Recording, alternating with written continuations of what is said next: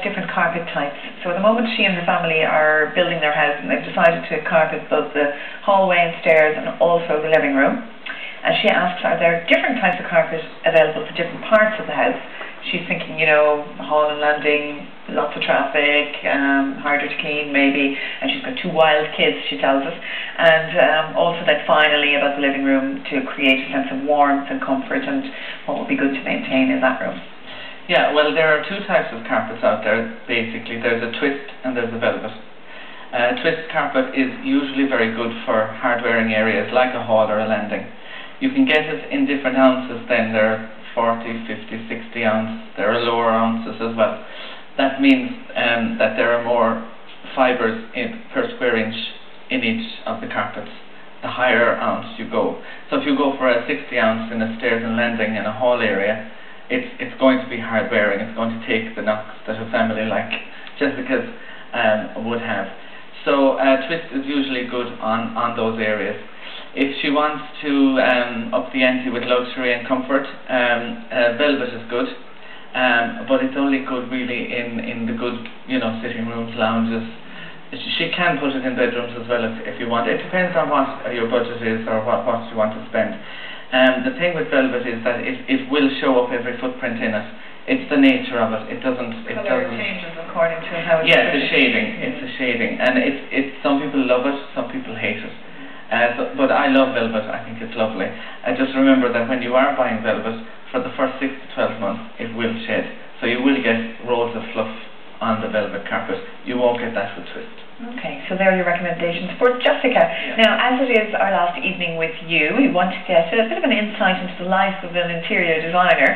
How did you set about going on your career in the first place?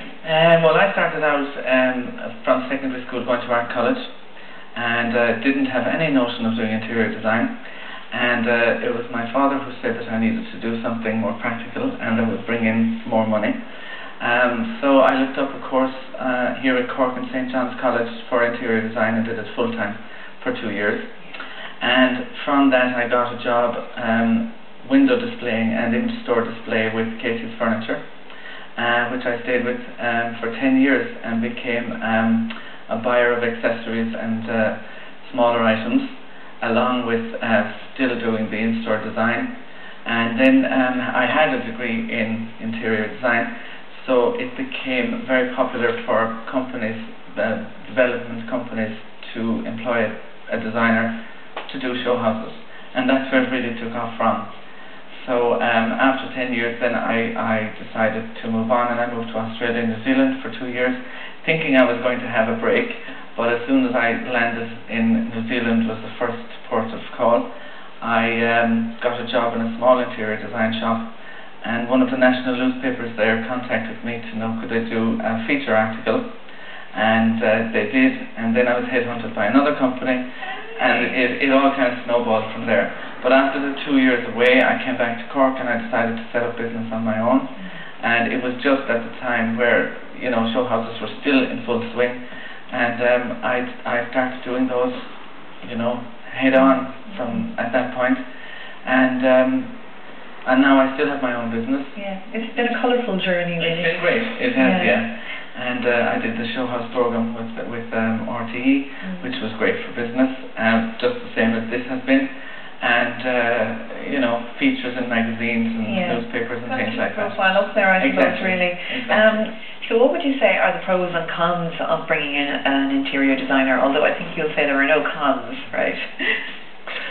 Well, the thing about bringing an interior designer in is to prevent you from making mistakes.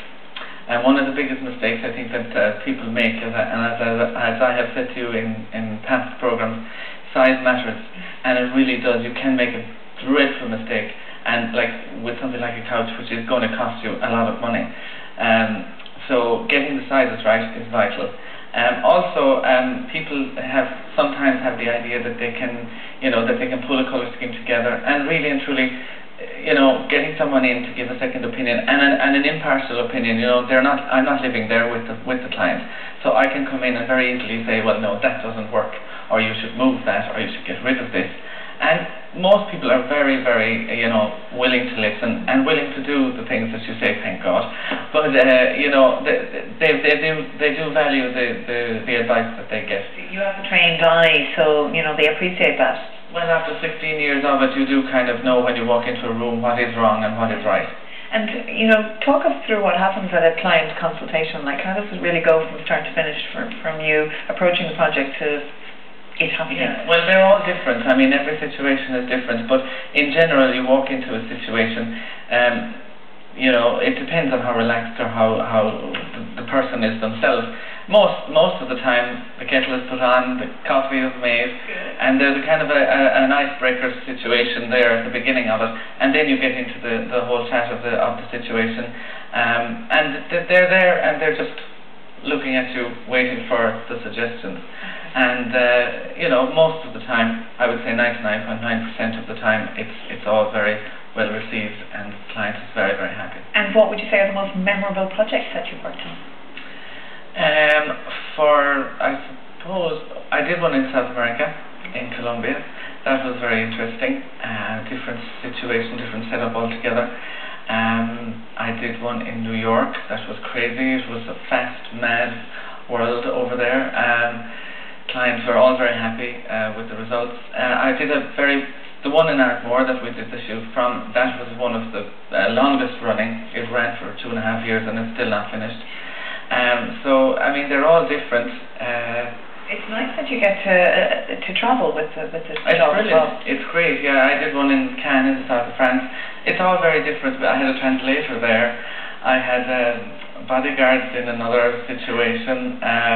It's all different. I think it's time to write your memoir. I'll give it another few years. Yeah. Okay. And are there any projects then that you remember for all the wrong reasons? One or two would give you a lot of sleepless nights. Show houses are a different situation altogether. Show houses, you're really against the clock. Time is at the essence for these projects, and your reputation is really at stake because it's open to the public. So you have to get it right. Not that you don't get every project right, but these ones, because of the time allotted to the project, there's a lot of pressure. Private clients tend to be a bit more, the process goes on longer. Right, okay. I was wondering if we'd have time for a few rapid fire questions to hit you with. What is the one thing you would never skimp on when decorating your home? Any one thing? I think there's two items that you should never I said one. budget on, and that's a couch and a bed. Okay. They should be top of the range. They should be really comfortable. They'll be yours for however long you good quality to last the keep test them, of time. Okay. What are the essentials for an inviting space? Lighting is vital for inviting anybody in. If you've got cold white lighting, nobody wants to enter the room. It's like a psychological block. If you have a nice low lighting, warm, soft tone bulbs on dimmers and things like that, it really sets the tone. Your favourite colour combination, maybe even just lately? My favourite colour combinations are coffees, creams, light browns. I like that kind of a setting. Very natural. Yeah. Yeah, okay. The ultimate example of chic. The ultimate example of chic. Well, when somebody says they want chic, I always think of Coco Chanel's apartment in Paris. It was just full to the brim of things that she collected for years. And, could you have a more chic woman than that? So you rob her ideas, basically. Yes, exactly. Do you have any favourite solution for eco-friendly design? Eco-friendly. I would pay heed to it. I think that it's important nowadays. Just to be aware of what your items are made of, what they're composed of, and not to go crazy with things like plastics and too many man-made products. What is your own favourite possession?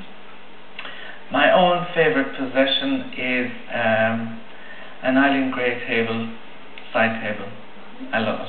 Worth a bit of money too, I'd say. I hope so, yes. Okay. And your one final best piece of decorating advice in one sentence. Best piece of decorating advice is to hire me, exactly. It is important to get the right advice. I do think that. As from a design side of things, getting your colours right, and don't bombard your situation with too many colours. Perfect. Well, thank you so much, Stephen, and you've been with us right from the start of our run here on South Tonight when we launched the show back in November. So, thank you for all your commitment and for traipsing around the country with us. Yes, it's been great. Thanks. Okay, an absolute pleasure. That's Stephen Dunne. Remind us of your contact details actually once again. Inquiries at stephendunne.ie, or else the website is www.stephendunne.ie. Perfect. Alright, that's it for another South Tonight. Now tomorrow on the show we are going to meet the Artistic Director of Cork Arts Theatre. It's a theatre that has been around for decades but experienced something of a facelift just under 3 years ago. So that's tomorrow here on Channel